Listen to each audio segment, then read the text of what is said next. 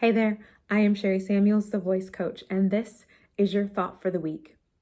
So, I feel like right now, when we all live in a world where it's easy to get caught in our bubbles and stay there, to get to a place where we know what we know and we're comfortable with what we're comfortable with, and just stay there and not take the time to walk a mile in someone else's shoes.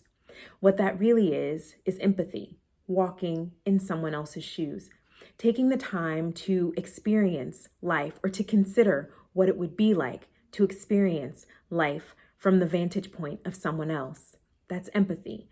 Taking the time to say, oh, well, I wonder what it would be like if I was in that position, if I was in that space, if I was in that body, in that mind, in that heart. How would it be for me? You know, it's easy to stay in our bubbles. It would be easy to stay there because that's where it's comfortable. In order to step outside of ourselves and into the shoes of another, that requires us being uncomfortable. In many cases, it requires a level of vulnerability that many of us find uncomfortable. Why?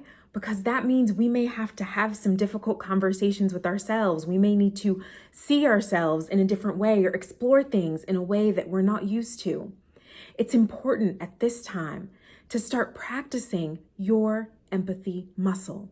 What must it be like to be that person, to experience life as that person does, as that child does, as that woman does, as that man does? What must it be like to come from where they come from, to feel what they feel? And it's not just a matter of, globally or socially and just people you pass in the street, but even in your home, even in the midst of an argument, can you say, you know what? What must this be like for them? Instead of us staying in our bubbles and staying committed to what we see and what we think is right, what if you stepped outside of your bubble? What if you popped that bubble and said, you know what? I'm going to try empathy in everything that I do, every day, every way.